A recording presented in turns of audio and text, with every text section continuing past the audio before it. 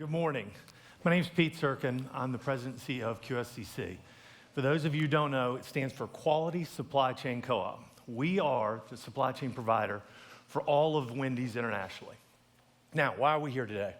Well, as you can tell by the numbers on the screen, we run a relatively complex supply chain. A couple things that kind of go into that drive incremental complexity is that when we make your cheeseburger, it's made with fresh, never frozen North American ground beef.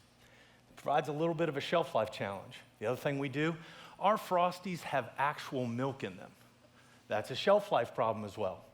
So that drives a little bit more complexity into our supply chain than some of our competitors. The other thing that you should know about the food service supply chain world is this, is that for the last 30 or 40 years, the answer to any problem has simply been this: buy more. Just put more in inventory.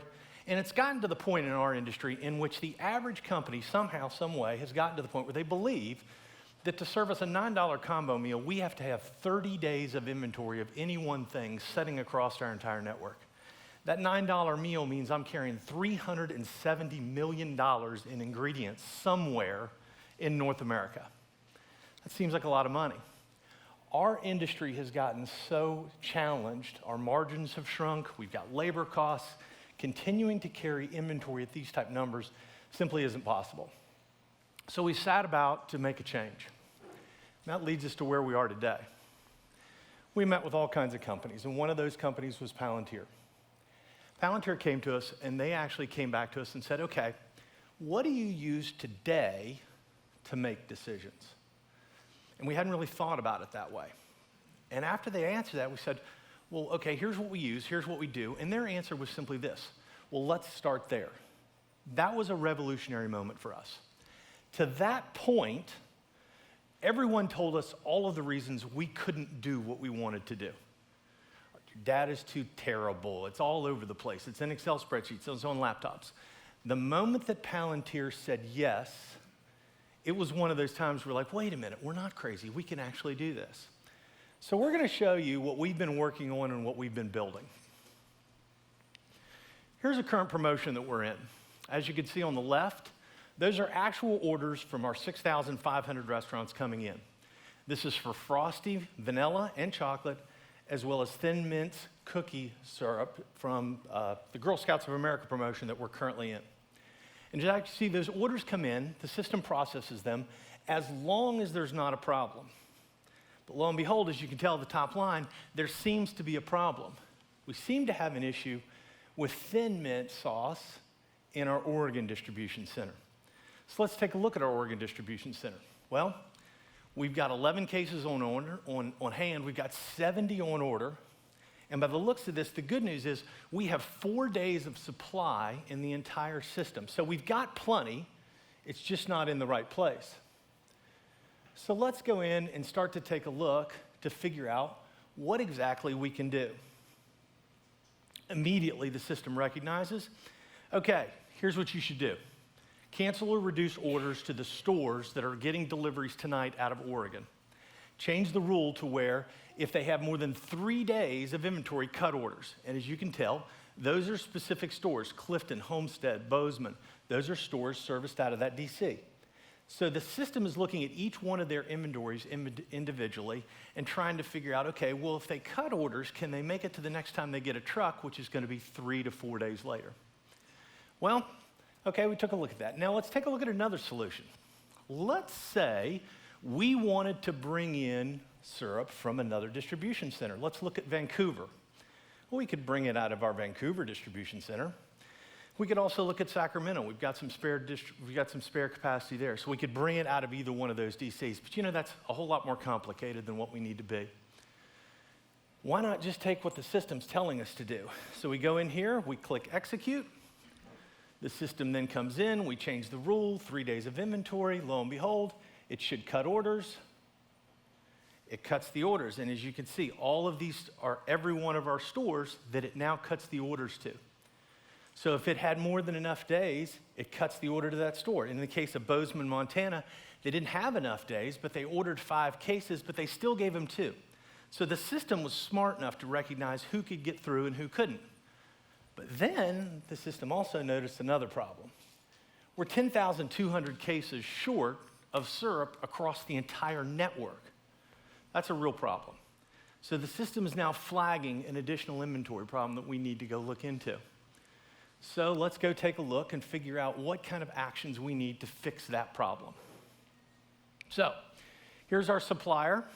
Here's all the distribution points that supplier ships from, and immediately it tells us there's 8,300 cases available, you're 10,200 cases short, and most importantly, hey dummy, you need to order 3,500 cases right now.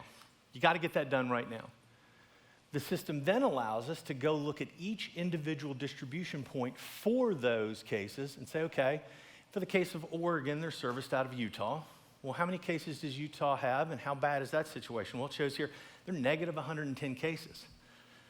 So now I can come down and I can take a look at, here is what our production graph starts to look like. As you can clearly tell, this is what we have, this is what it would take, and on the 17th of March, we go negative on inventory. So now we're starting to build out what has to happen, when does it have to happen by, and how often it has to happen, and down to the DC level. So these are the DCs that they actually ship from. So let's get into production. Looks like I need to make 5,800 cases pretty quick. I've got 3,000 cases worth of raw material on hand, and I'm short 2,800 cases of inventory to actually go make the product. So that the model actually models out when we have to order raw materials, when we have to get into production, when we have to ship to the DC, and then when that DC has to ship to our DC. Then it breaks it down to an even simpler model. Here are the 10 steps that are going to happen to keep you in supply. And that's what these lower things are. So you can go through everything from production to which DC ships to what DC. These are the things that need to happen.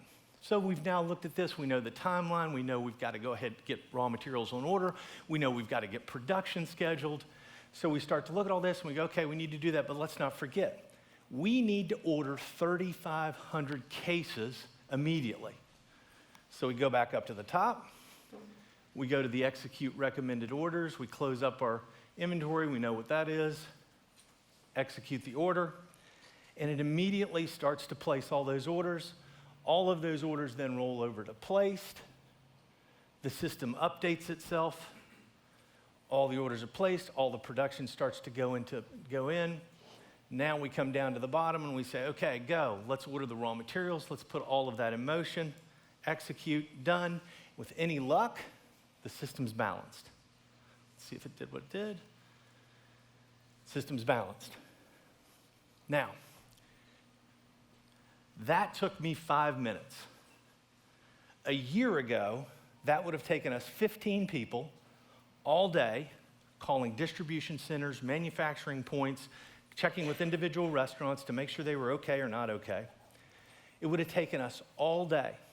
And then the beauty of it is we would have come in the next day and done the exact same thing.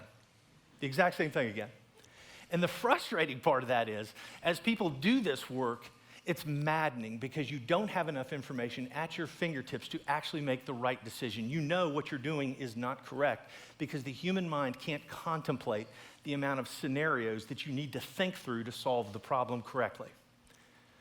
So we've kind of looked at this, and now all of a sudden, we've not only fixed our inventory problem, we've now taken a problem that would go on for weeks and days and fixed it in 5 minutes, making our people incredibly efficient. Nobody likes to do a job in which they know they can't do it right. This gives them the tool to do it and do it quickly and efficiently. Next, the other thing we've done is we've changed the agility of our entire company. Think about that for a moment. If a promotion is not working, how quick can we get out of it? How fast can we stop promotion? Let's say there's a regional preference to a flavor. I want to ship out of New York into the Midwest. We start to move stuff around far quicker. Now all of a sudden, the agility of my supply chain allows us to make better and quicker marketing decisions based on what's working and what's not working and mitigating risk at the same exact time. So that's our story. That's what we're using Palantir with. A huge call out to the Palantir team who believed in us and who works with us every day. Thank you guys so much for that and giving us the opportunity to be here today. Most important thing today is this. To celebrate our partnership, All of you that are here, join us for a vanilla and chocolate Frosty in the back at break. I knew. For those of you on the live streams, please stay on for a special announcement. Thank you.